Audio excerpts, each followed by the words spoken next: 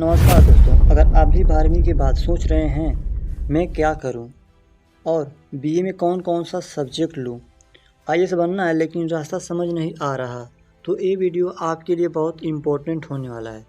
क्योंकि आज हम आपको बताएंगे 12वीं के बाद यूपीएससी के लिए क्या क्या लें, मतलब बीए में कौन कौन सा सब्जेक्ट लेना है और कैसे एक सही शुरुआत करनी है। इन सब के बारे में हम लोग आज बात करेंगे। ठीक, हर साल हज़ारों स्टूडेंट बीए में एडमिशन लेते हैं, लेकिन बहुत कम लोग जानते हैं कि सब्जेक्ट चुनने का सही तरीका क्या होता है। आपकी यूपीएससी स्ट्रेटजी का पहला कदम होता है आपका सब्जेक्ट, तो क्योंकि यह तय करेगा कि आप 3 साल जनरल स्टडी में स्ट्रोंग होंगे सिर्फ डिग्री के लिए या पढ़ाई करके रहेंगे। तो आशा है आप लोगों को इतना बात समझ में आया होगा। तो आज इस वीडियो हम लोग जानेंगे बीए में कौन कौन सा सब्जेक्ट लेना है अगर हम लोगों को आईएएस या यूपीएससी की तैयारी करना है। तो सबसे पहले मैं आपको जानकारी के बारे में बता दे रहा हूँ, एक सब्जेक्ट के ऊपर बता दे रहा हूँ कि कौन कौन सा सब्जेक्ट आता है। जैसे recommended subject for BA UPSC aspirant, तो सबसे पहला सब्जेक्ट आता है history, polity, geography, economic, environment, society.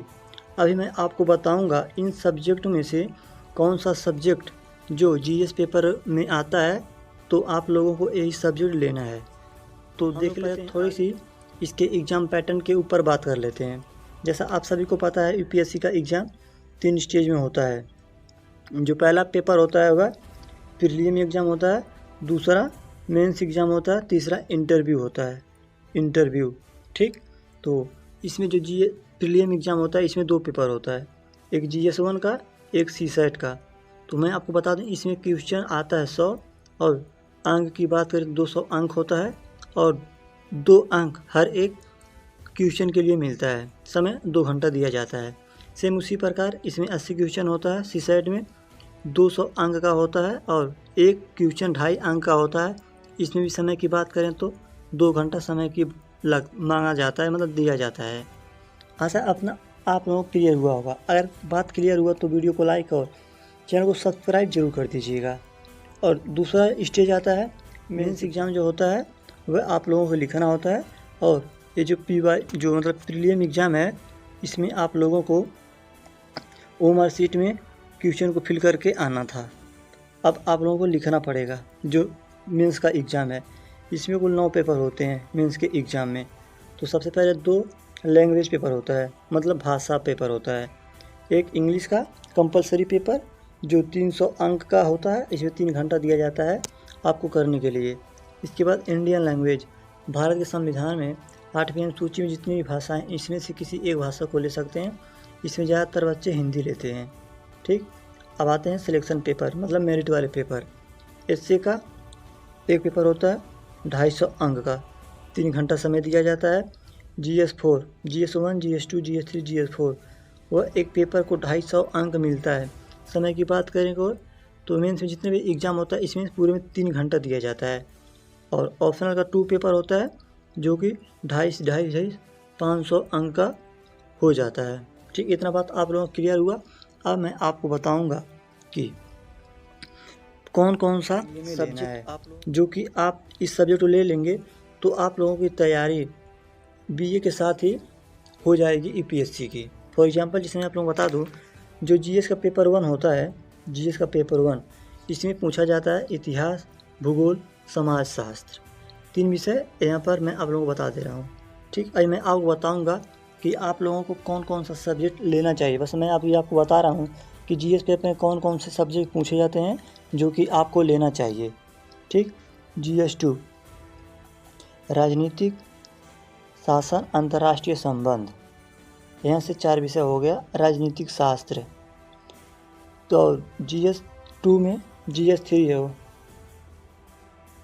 GS3 में अर्थव्यवस्था, विज्ञान, तकनीकी, पर्यावरण, आंतरिक सुरक्षा।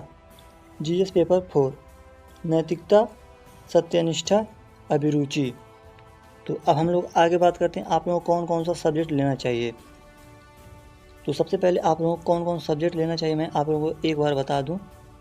इतिहास ले सकते हैं, इतिहास ले लें, भूगोल, समाजशास्त्र, अगर इसमें से चाहे आप राजनीतिक शास्त्र भी ले सकते हैं।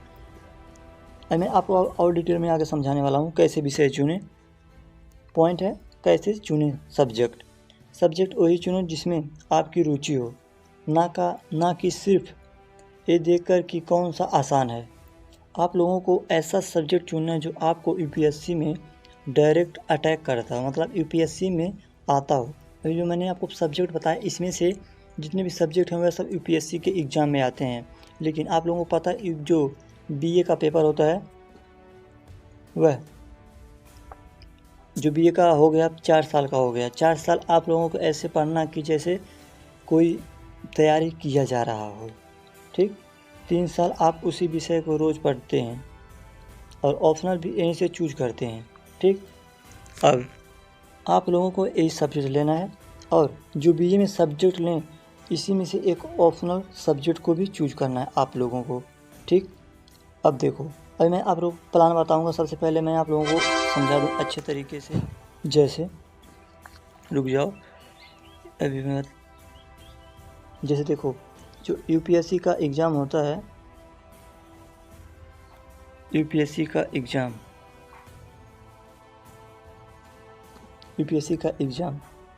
कौन कौन सा पूछा जाता है। देन सबसे इम्पोर्टेंट हिस्ट्री, जियोग्राफी, पॉलिटी और सोशोलॉजी। ये सब ऐसे सब्जेक्ट हैं जो यूपीएससी में डायरेक्ट पूछे जाते हैं। तो जैसा कि आप सब लोग जानते हैं यूपीएससी में जो सब्जेक्ट लेने का कैटेगरी है वह 3 सब्जेक्ट आप बीए में ले सकते हैं। जैसे कि यहाँ पर मैंने आपको 4 सब्जेक्ट बता दिया है, इसमें किसी 3 सब्जेक्ट को आप ले सकते हैं, ठीक। जैसे कि आप सब लोग जानते हैं मेजर में 3 सब्जेक्ट होते हैं, माइनर में 1 सब्जेक्ट आप लोगों को लेना होता है। तो मेजर में आप लोग किसी 3 सब्जेक्ट को ले लीजिएगा इसमें से, और माइनर में आप लोग चाहें तो हिंदी ले सकते हैं, जिसमें आपकी रुचि है वह विषय आप ले सकते हैं। मैं आप लोग बता रहा हूँ bonus tips BA plus UPSC strategy. तो सबसे पहले अगर आप बीए में एडमिशन करा लेंगे तो सबसे पहले आप लोगों को फर्स्ट ईयर में एनसीईआरटी सब्जेक्ट पढ़कर अपना फाउंडेशन बनाना है। सेकेंड ईयर में स्टैंडर्ड बुक पढ़कर नोट्स बनाना है।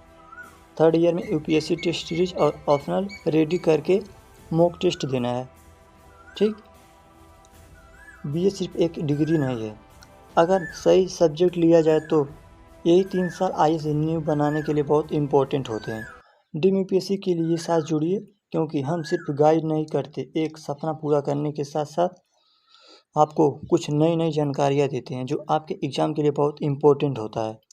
तो वीडियो को लाइक करना, शेयर करना और कमेंट करना कैसा लगा, देन सब्सक्राइब जरूर करना। तब तक के लिए नमस्कार।